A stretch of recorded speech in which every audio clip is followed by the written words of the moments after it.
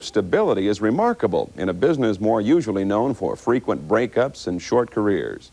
Steve Berger has the story.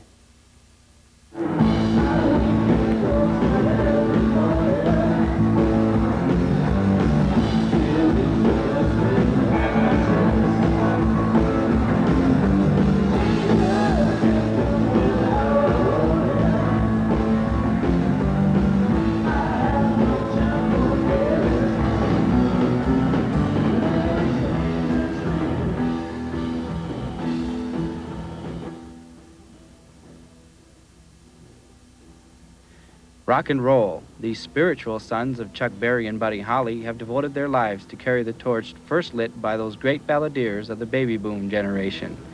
For the past decade, their identity has been as Wakefield, a rock group started 10 years ago by three Sioux Falls teenagers with a talent for music and that burning desire of every musician to make it to the top. Wakefield's keyboard player, Evan Jones, was one of three young musicians whose passion for rock and roll brought them together during the years they spent at Washington High School in Sioux Falls. Jones recalled for us the band's early days. We got paid very little, but pay wasn't really the big thing. It was having the fun and playing in front of people and, performing. That was the real thrill of being in a band at the time.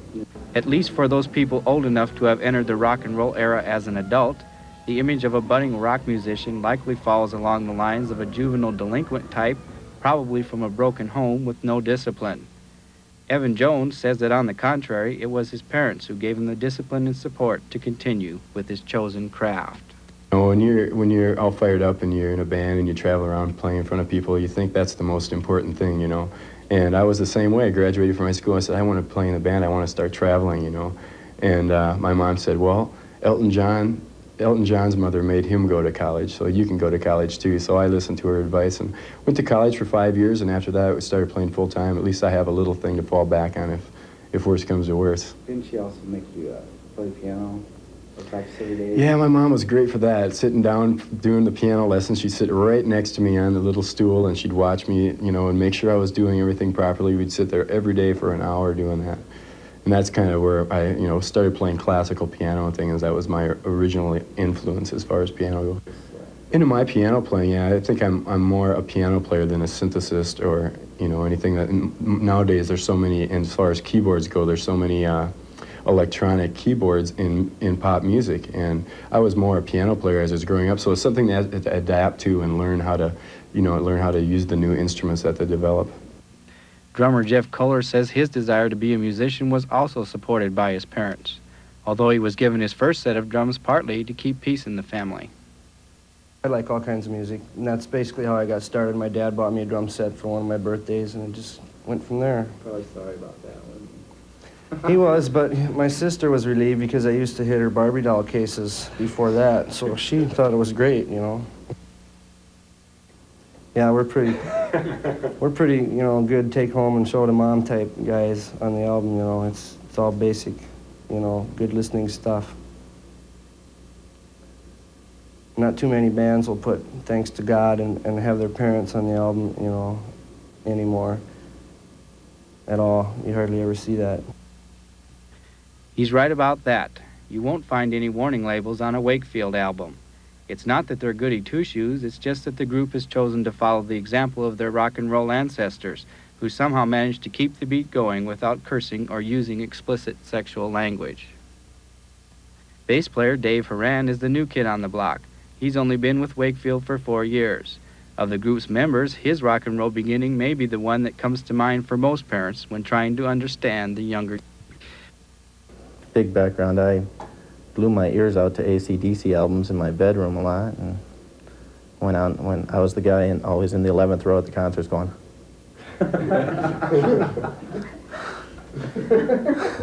You've probably seen me in other concert footage of other bands. I think a lot of people get into it for the same reasons. They get into it because of a little insecurity in themselves, or I had a lot of guitar player friends. They didn't know any bass players, and I figured, hey, make a few bucks, meet some girls, get into this for a while. And after that, I always had a love for rock and roll. After you learn to play an instrument, your love for the instrument grows. and the music, as you feel you can play things that are more complex or more, you can play things with more heart as you play them more. Wakefield's lead guitarist, Jeff Gunderson, stoked his fire for rock and roll by listening to the likes of B.B. King and Led Zeppelin. He says that 10 years of making music has taught him that money is not as important as being satisfied with who he is and what he is doing. You know, the basic reason I enjoy doing this as opposed to something else is, you know, a response from playing in front of people. You know, it's a great time. I like it.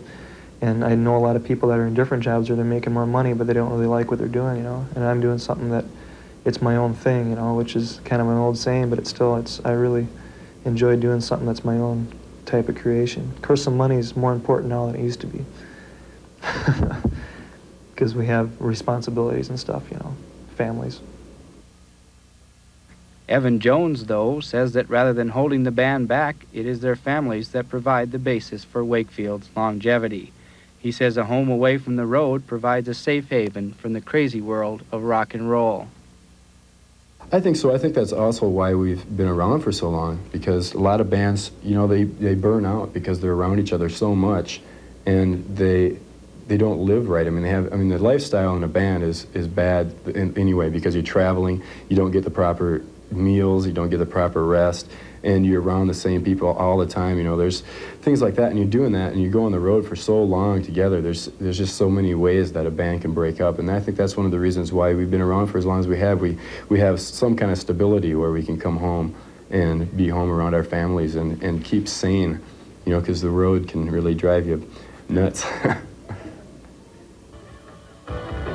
Ever since the days of Buddy Holly and the Big Bopper, dancing to rock and roll music has provided an outlet for youthful energy with all the passion and frenzy of a cockfight.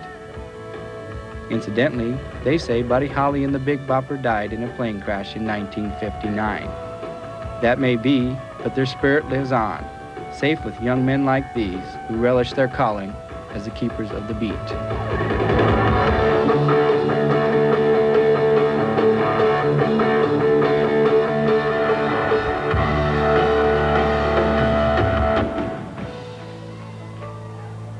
This is Steve Berger reporting for 30. Well, that's 30 for this week. I'm Doug Lund. Thank you for watching. Good night.